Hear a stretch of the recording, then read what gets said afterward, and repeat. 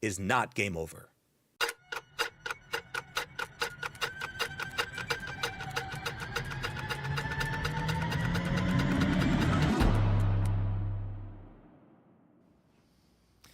Well, I love stories. If you've been around for a little bit and you've seen me teach at all, you know I love telling stories, which has posed a little bit of a problem because I've been given the opportunity to speak quite frequently as of late, and I'm running out of stories, which is not good because I need it. You guys want it, obviously, it's clear. And it's not good for my wife, though, in particular, because that means, and I've told her this, that when I'm not teaching for a little bit, I'm going to have to do a lot of dumb stuff, put myself in dumb situations so that I can continue to share the embarrassing stories with you people. It's for you that I do the things that I do.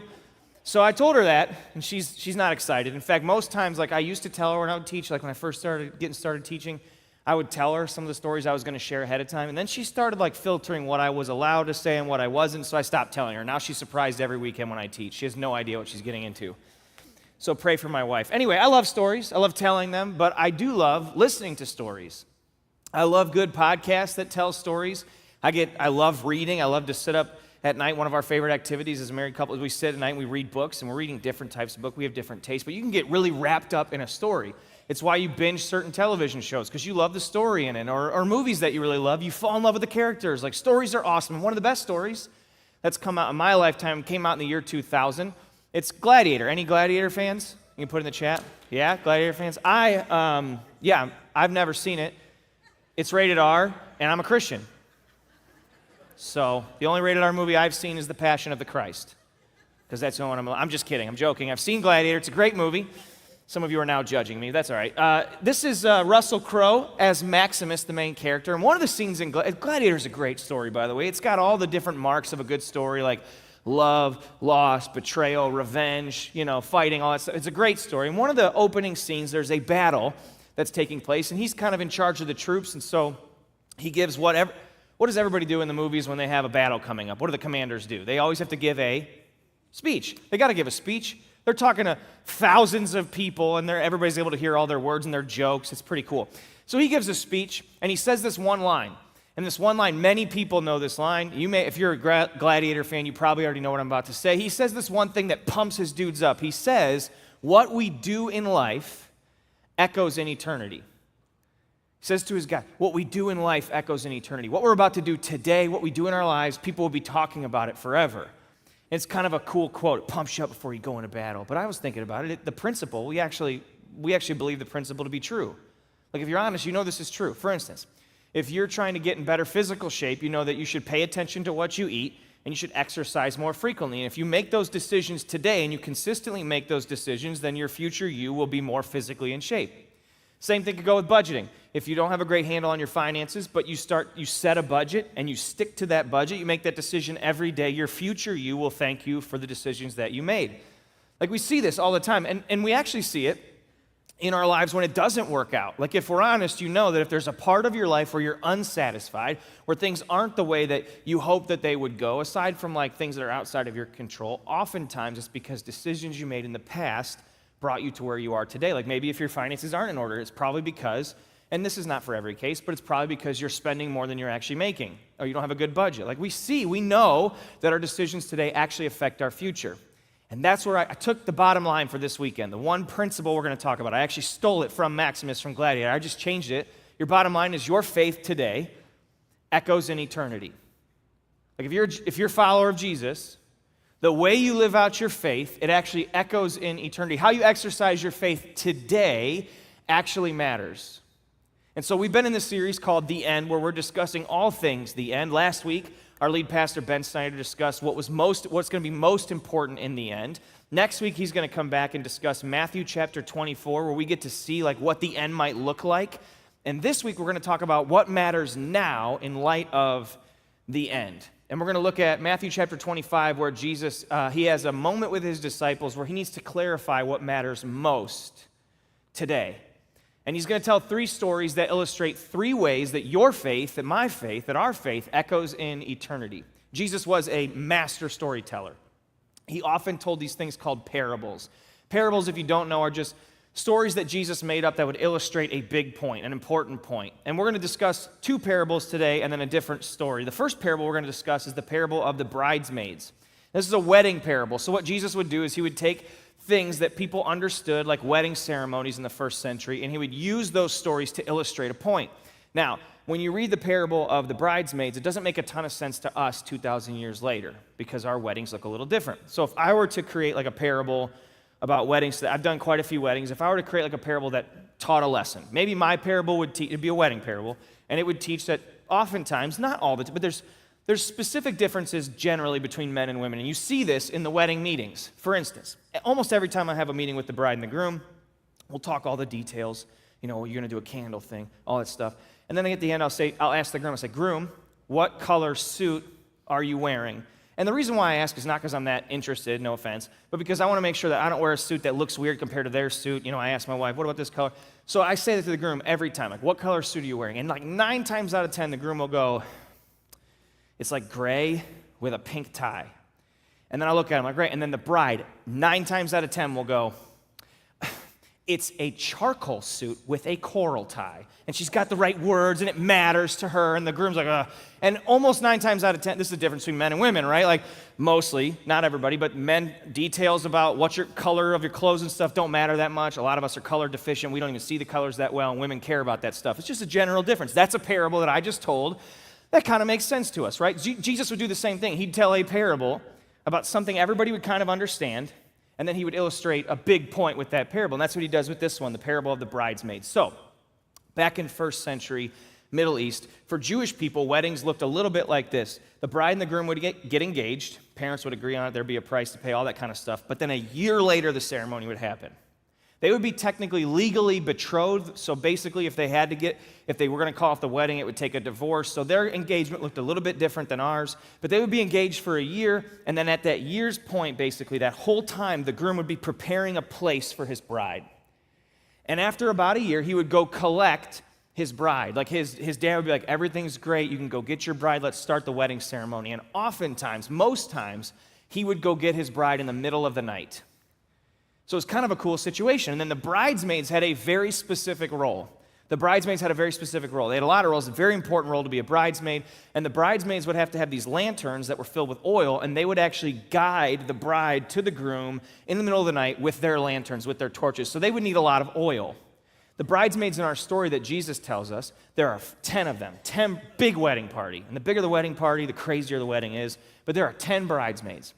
Jesus says 5 of them were wise, and he says 5 of them were foolish. Why were they? What made them wise? What made them foolish? The wise bridesmaids came prepared just in case the groom was delayed, just in case he didn't show up when they thought he was going to, so they came with extra oil. The foolish bridesmaids did not. They weren't thinking through all the details. Details really didn't matter that much to them. He's going to come when he's going to come. It's not that big of a deal. And then all of a sudden, they're hanging out. I don't know what they were doing the night before the wedding, but they're hanging out, they're talking, they're chit-chatting, they're bridesmaids, they're having a good time. And then they start to fall asleep. And because the groom is delayed, so they start to fall asleep, which I can relate to. I fall asleep in some of the dumbest situations. It just happens to me all the time. I got 2 young kids. I don't sleep that often. Case in point, this past week we had something called the Global Leadership Summit, where we gathered together here at our Perrysburg campus, and we viewed a leadership summit that's broadcast across the whole world. And I had went to lunch, and I came back from lunch, and if you're like me, lunch makes you sleepy. It just does. It's a little sleepy. I came back. I sat in the back of the Perrysburg campus. I thought my friends were going to be there. They weren't there. I sat down. There's a guy.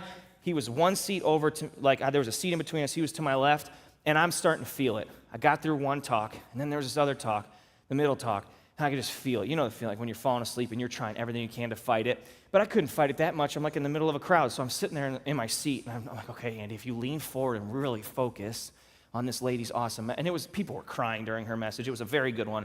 If you lean forward, then maybe you won't fall asleep. And I'm not kidding you. The dude next to me can confirm this. If I knew who he was, he would. I'm looking like I'm leaning forward, and all of a sudden, it was this. And then, of course, you don't realize you fell asleep until you wake up. And so it was like that. I was looking around like, who saw me? Who took pictures? What's going on? Andy, focus. And so I'm gripping the sides of the seat. Stay awake, Andy. And then I'm doing this number, It just kept, I fall asleep in the dumbest, sometimes it's just bad situations. I fall asleep in, can't help it, it's embarrassing. I am glad none of my friends were there because they would have taken pictures and posted it everywhere. But anyway, I can relate to the bridesmaids. I can relate to the fact that they fell asleep. So they're asleep now, and all of a sudden the groom starts to come. At midnight, They were roused by the shout, "Look, the bridegroom is coming, come out and meet him." And so then you have the foolish ones that are like, "We don't have enough oil.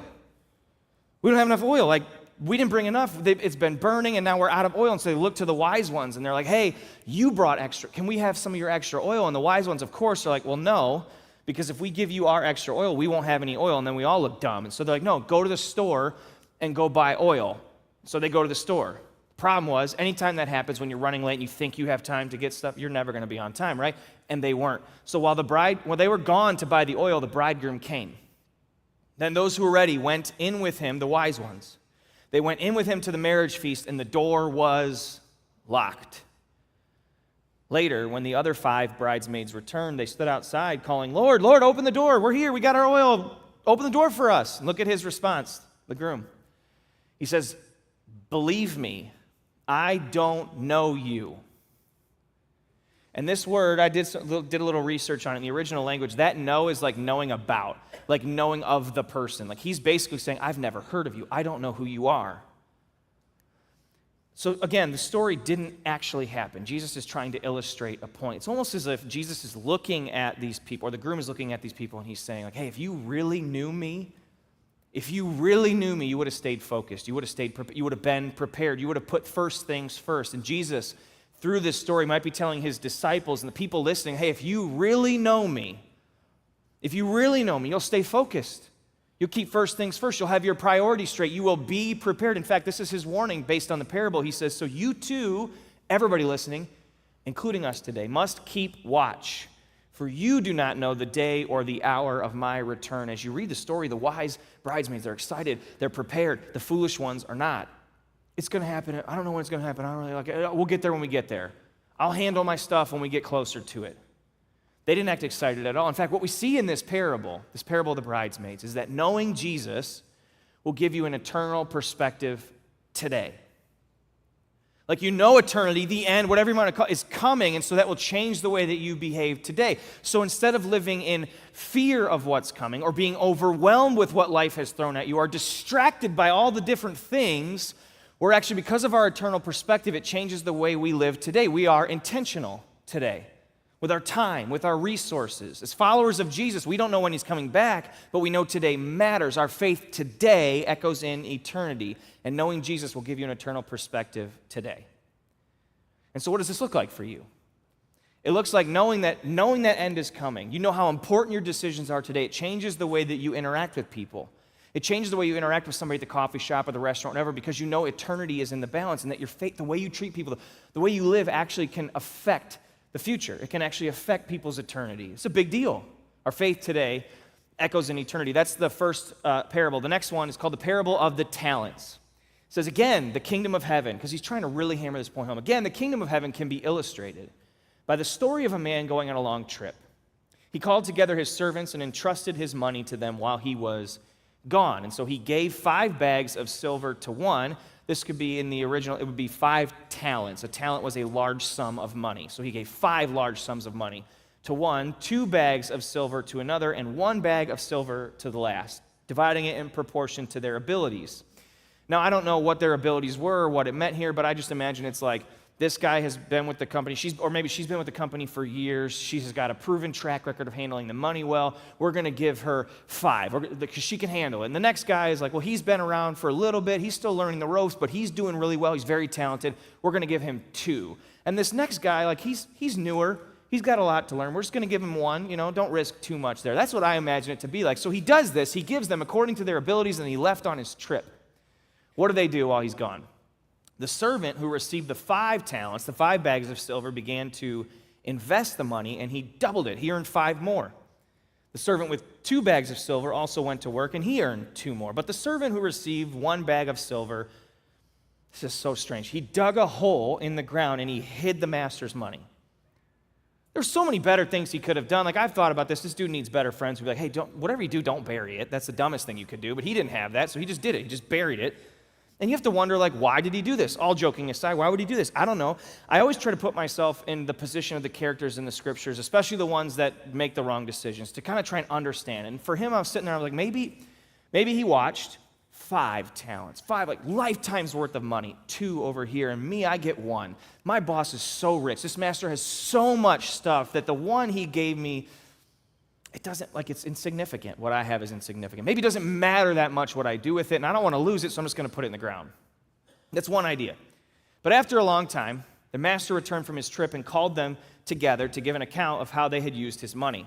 The servant to whom he had entrusted the 5 bags of silver came forward with 5 more and said, Master, you gave me 5 bags of silver to invest, and I have earned 5 more. He's excited. He's proud. How does the master respond? He says, the master was full of praise, almost proud like a dad would be proud of his son or his daughter. Well done, my good and faithful servant. You have been faithful in handling this small amount, so now I will give you many more responsibilities. Let's celebrate together. Like, he's excited. He's proud. Like, let's throw a party. And then the second guy comes up and he's like, I had 2. I actually doubled it as well. And the master looks at him, same response. Well done, my good and faithful servant. You've doubled. This is awesome. Let's throw a party. Like, he's excited. He's proud. And he says, you'll be given more now that you've done a good job with what I've given you. Then you have the third, the guy who buried it. The servant with 1 bag of silver came and said, Master, I knew you were a harsh man, harvesting crops you didn't plant and gathering crops you didn't cultivate. I know you're a harsh man, and I know you're unfair. I was afraid I would lose your money, so I hid it in the earth. Look, here's your money back. So the first 2, they invested the money. They doubled it, great. And he was so proud. You see his heart on it. Like, he's just so proud of his servant. He's proud of his employees. The third one thinks he knows the master. The master's harsh, which we didn't see originally. In fact, he gave money away when he left. The master's harsh. He's unfair. How does the master respond to this? But the master replied, you wicked and lazy servant. If you really knew me, if you knew I harvested crops I didn't plant and gathered crops I didn't cultivate, why didn't you deposit my money in the bank? At least I could have gotten some interest on it. And then he ordered, take the money from this servant and give it to the one with 10 bags of silver. To those who use well what they are given, even more will be given, and they will have an abundance. But from those who do nothing, even what little they have will be taken away. What we do today matters. It matters. How we use what God has given us matters. Whether it's our abilities, our talents, our resources, the people, like what we do with what God has given us, it genuinely matters. It deeply matters. What does he do with the servant? Throw this useless servant into the outer darkness where there will be weeping and gnashing of teeth. Separation from the master, the one he thought he knew. In fact, many theologians would say this person was a false disciple. What Jesus was trying to illustrate is somebody who thinks they know God, but they don't live like it because they don't have a relationship with him. Simply put, knowing Jesus, like really knowing Jesus, will cause you to show up on purpose today. Like if you know Jesus and you have a relationship with this Jesus, you're not going to wander around life aimlessly. You're not going to have all the potential and just bury it. No, instead, you will know your gift. You'll know what God has given you, and it looks different depending on the situation, and you want to use it daily. You want to use it daily. Like, I do not believe that if you're a follower of Jesus, that you can have a, quote, dead-end job. I don't believe that if you're a follower of Jesus, you accidentally ended up in the family that you have today. No, instead, rather, you don't have a dead-end job if you're a follower of Jesus. God has specifically chosen you to work where you work right now. And he wants you to use what he's given you to bless other people so that you don't walk into work, I hate my job, I don't want to be here, this is pointless. Instead, it's like, no, even if you don't like the work, no, God chose me to work here. He placed me with these coworkers who tend to drive me nuts. Maybe I can use my gifts to bless them, to make them feel some peace. Like, this is what it looks like to know Jesus and it causes you to show up on purpose everywhere you go, whether it's school, family, home, work, church. You are not anywhere you are on accident. There is a reason, but life can be hard. There can be very difficult circumstances, and when the difficult stuff happens, it can distract us. It can pull us away from knowing we're there on purpose. And not only that, not just difficult stuff, like you can just get distracted very easily. So how do you return to this? How do you reminding yourself all the time you're there on purpose? Well, the key is knowing Jesus, returning to Jesus. How can you do that? We try to make it as easy as possible. We try to use every tool at our disposal as a church to help you to know Jesus more. One of the things we do every single year, twice a year, is 21 days of prayer. If you're not currently texted into this, I would encourage you to do so. I don't know that there's not, in my opinion, a better way to start your morning than praying. There just isn't. Than thanking God, than talking with Him. The more you talk with God, the more you pray to Him, the more you get to know the God of the universe, and it changes the way you operate. So if you're not currently subscribed to this, we're starting 21 days of prayer on Monday. I would encourage you right now, during the service, so you don't forget, pull your phone out, text that word 21 days to the number on the screen, and every day for 21 days, you're going to be reminded through a text message to pray. You're going to be reminded to pray, and not only just pray, which is great, you're going to be praying the same thing that everybody's praying, thousands of people praying the same thing together, and it's an incredible way to invest in your relationship with Jesus. We know that by knowing Jesus, it will cause you to show up on purpose today, and by showing up on purpose today, you will see your faith echo into eternity. He's told us two parables now, Jesus has. The first one, we learned about having an eternal perspective, that knowing Jesus kind of shifts the way you view things. The second one, we know now that if we know Jesus, it will cause us to show up on purpose wherever that place is. And now the third story he's going to tell is less of a parable, more of a window into the end. Here's what he says. He says, "But when the Son of Man comes in his glory, and all the angels with him, then he will sit upon his glorious throne." Glory is mentioned twice there. It's going to be incredible. When Jesus returns, he's on the throne, all the angels surrounding him, glory, beauty. It's the most beautiful sight you could ever see. It's right in front of you. Here's what's going to happen next. All the nations will be gathered in his presence. Now, everybody's seeing what's going on, and he will separate the people as a shepherd separates the sheep from the goats. He will place the sheep at his right hand, and he will place the goats at his left. And then the king will say to those on his right, the sheep, "Come, you who are blessed by my Father, inherit the kingdom prepared for you from the creation of the world." Why? "For I was hungry, and you fed me. I was thirsty, and you gave me a drink. I was a stranger, and you invited me into your home." Then he continues, "I was naked, and you gave me clothing. I was sick, and you cared for me. I was in prison, and you visited me." And then you're thinking through that. He says all this stuff to the people on his right, the sheep, and he's like, "These are the things you did to me. You served me." And they're sitting there like, this is in the future, and they're like, I never met you in person. I was waiting to meet you in person. I never had this opportunity. And that's what they say. They're like, "Hey, when did we ever see you hungry and feed you? Or thirsty and give you something to drink? Or a stranger and show you hospitality? Or naked and give you clothing? When did we ever see you sick or in prison or visit you?" You've got me mixed up with someone else. And the king will say, "I tell you the truth, when you did it, any of those things, to one of the least of these, my brothers and sisters, you were doing it to me."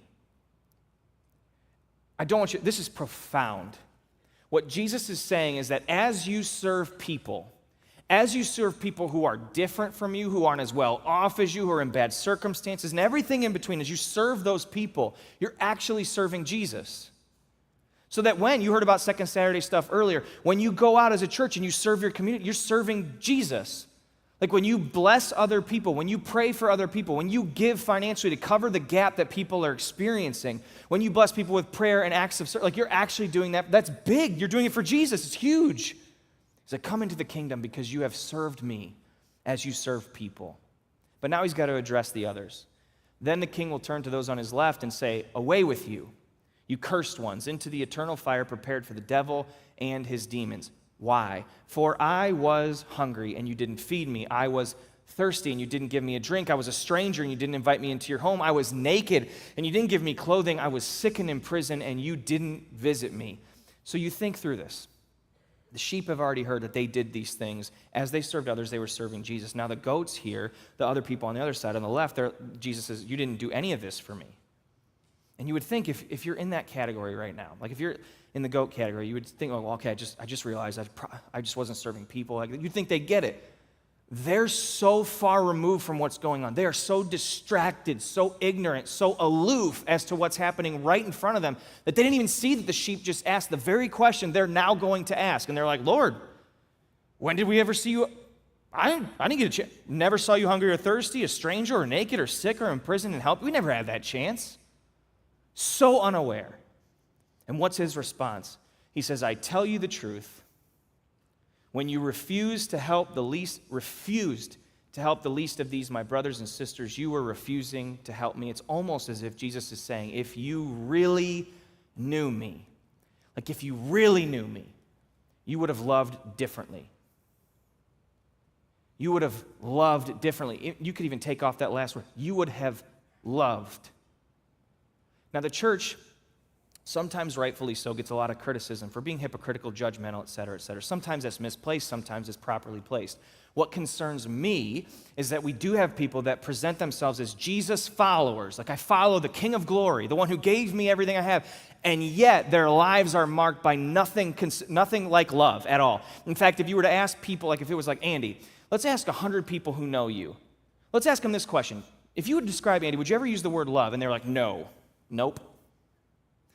That's a problem. Not because I'm a pastor, not because I work at a church, but because I profess to be a follower of Jesus. If I really knew Jesus, my life should be marked by love. And when Christians, when Jesus followers, their lives are not marked by love, there's an issue. There's a problem. And we need to go to the root of the issue. We, as Jesus followers, need to return to Jesus. Need to go back to Jesus to remember how much he's done for us. Why? Because there's a lot at stake. Our faith today echoes in eternity. What we do today matters. And here's how he finishes this part to the goats. He says, they will go away into eternal punishment, but the righteous ones will go into eternal life. Simply put, knowing Jesus will grow your active love of others. It's not going to potentially grow your active love of others. It's not going to possibly grow your active love. It will grow your active love of others. But you don't have to take my word for it. I've seen this work in my life. And it's, of course, all of us are a work in progress, but I've seen this work in my life. Don't take my word for it. We've invited Sarah, who's a Dream Team member here at our Perrysburg campus, to share her story. And as we play her story, I want to invite you to just kind of lean in a little bit. I want you to listen and see how Jesus changed her life despite, and actually, because of her circumstances, how it gave her an eternal perspective, how it injected her with purpose, and it gave her love for others. Watch. So I started attending Cedar Creek when I was a little kid. In the kids area, I came with my mom and dad. We didn't exactly attend every single weekend, but I would still consider us regulars. And so I've been coming on and off ever since then. And I really didn't have a relationship with Jesus. I knew who God was, but I didn't personally understand him as a being. But junior year of high school, my mother was diagnosed with cancer, and that threw my whole life out of loop. I couldn't get out of bed in the morning. I missed over half of my high school junior year because I couldn't wake up. I would cry, I wouldn't eat. I was an absolute mess, and I remember myself asking God, why? Why would you do this to my mom? Why would you put me through this? My high school experience is getting ruined. I was very sick my senior year, and I didn't know why. I was sleeping 18 hours a day. I constantly had to go to the bathroom every 30 minutes. I was delirious. I wasn't me. So my mom finally took me to the doctor. They did some blood work, urine sample, all that fun stuff, only to find out that my blood sugar was 300. I got admitted to the hospital instantly. And for the average person, their blood sugar should be between 80 and 120. And if it's anything above 120, I would send them straight to the hospital. My blood sugar was averaging 600 for a month straight. And if that would happen to anyone else, they would have went into ketoacidosis and probably died. I never went into ketoacidosis, and I'm not sure how. I can only really thank God for that, and I can only thank God to even be alive at this point. But again, I went through that loophole, and I'm like, God, why would you do this to me? I don't understand why you would do this to me. My mom has cancer. I'm in the hospital with type 1 diabetes, all in the span of a year. How could you do this to me? My high school experience, my early adult years is getting ruined.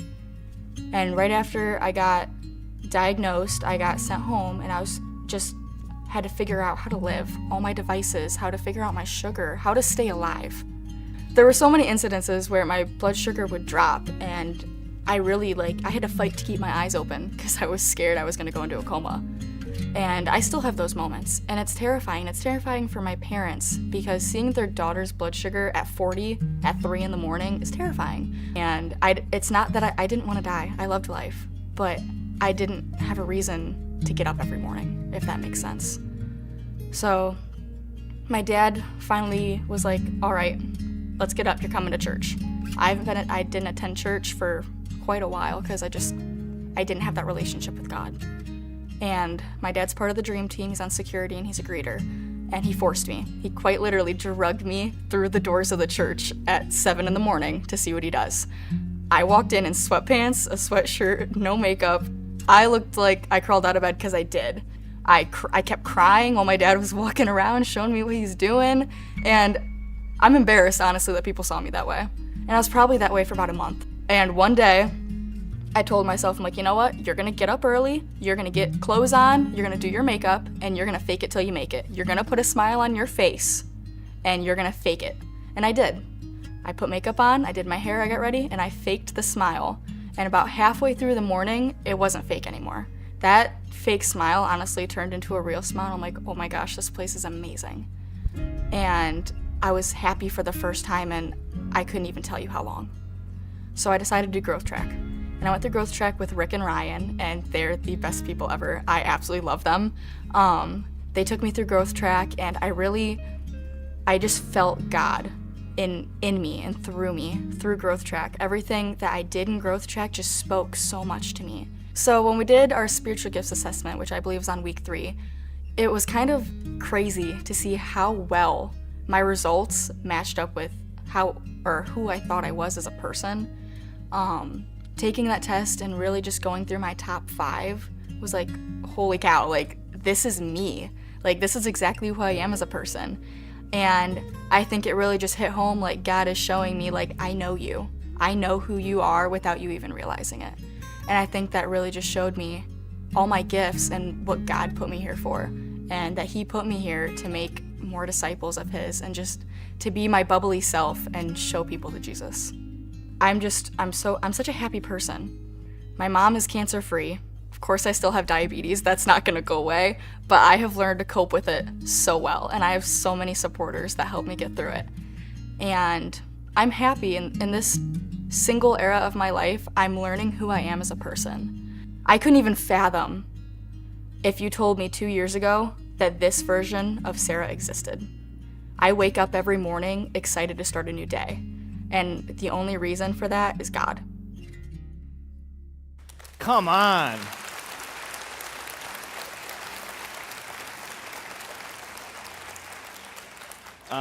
Sometimes the gifts God gives us, the talents he might give us, there's tough circumstances he allows into our life, and it's our choice to use them in a particular way. And so Sarah, I know she was serving last service. I'm not sure if she's still here today, but thank you so much for sharing your story. And if you noticed, all the stuff that we've talked about shows up in her story. In fact, you hear, she's sharing it with thousands of people. And there are people today who will cross the line of faith to follow Jesus because they heard something in Sarah's story that clicked. Because she was willing to use the gifts that God gave her, and her faith today will echo into eternity. And when you first start following Jesus, you know this if you've done, it's exciting at first. You want to tell everybody about it. It's so great, but then all of a sudden, life kind of happens. You go from being the excited, wise bridesmaids to being life's important. There's other things going on. I'm distracted, and all these other things. And so Jesus, he's there, and I go to church, but it's not that important. And life kind of happens, and the excitement kind of wanes a little bit. And so, or you're looking around, and it's life overwhelms you. Things happen, and so you take what you've been given by God and you bury it because it's not that important anyway. Or you look around and the world wants you to be angry. The world wants you to be outraged, to pinpoint enemies, to find people who disagree with you, and so you give into it because that's so much easier than being loving. And then there's some of you well, I'm a Christian. I've checked the box. I raised my hand one time, and I've been baptized. I go to church. I identify as a Christian so that when that day comes, I will be okay.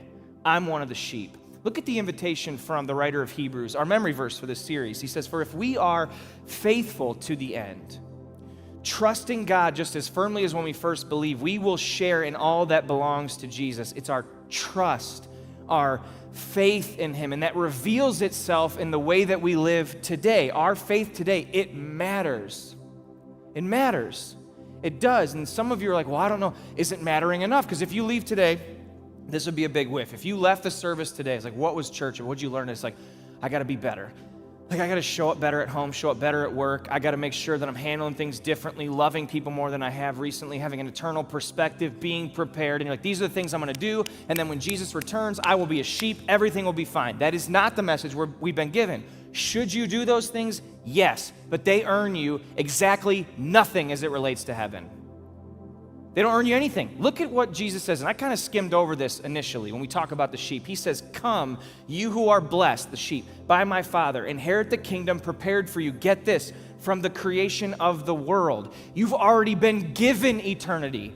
Like, heaven is already yours. You can't do anything to earn it. The gracious, good God of the universe has already blessed you with that place. So why do we change the way we behave now? Because we know him. Because we know him. He's so good to us. If God, the God of the universe, Jesus, could love me, knowing my pride, my arrogance, like the stuff that I hope that nobody else finds, if he could love me, why would I withhold love from anybody else? You see, knowing Jesus radically changes the way we behave. It has to. Otherwise, we might not know him. So my invitation to you today, if you've been a follower of Jesus for a while and you're sitting here and you're feeling like this hurts, maybe today you need to return to Jesus. Maybe today you need to ask him, God, what would you have me do? And he might just say, I need you to spend time with me. Like, get to know me. Get to know the God you profess to believe in. For others of you, the very first time today you heard the good news that you're not going to be able to earn heaven, that God wants to give it to you, and so you're going to cross that line of faith. But for all of us, the more that we know Jesus, like really know Jesus, it will change the way we live today, and the way we live today will echo into eternity so that we'll get into heaven. I believe this. When we get to heaven, it's all new heavens and new earth. Everything's completed. We'll look around and might be like, I recognize that person. And that person might say, yeah, you know what? I know you very well. Because I was one of the people that you interacted with. I was like a bank teller. And people can be kind of rude at banks. But you were different. You treated me with kindness. You loved me. Or I was the guy that was asking for money at the under the overpass. And everybody would say things to me. They'd tell me to get you all these things, but you were different. You were kind. You asked me my story. And because of that, I became intrigued with this God that you said you believe in. Like, I believe we're going to see those connections in heaven. Why? Because your faith today echoes in eternity. And so, God, I pray for my brothers and sisters in Christ who today need to return to you, who need to spend time getting to know you and have you radically change the way that they live. God, give us the confidence and the peace, knowing that we already are sheep, knowing that we already have heaven, but that you want us to change the way we live now because we know that. God, help us to do that.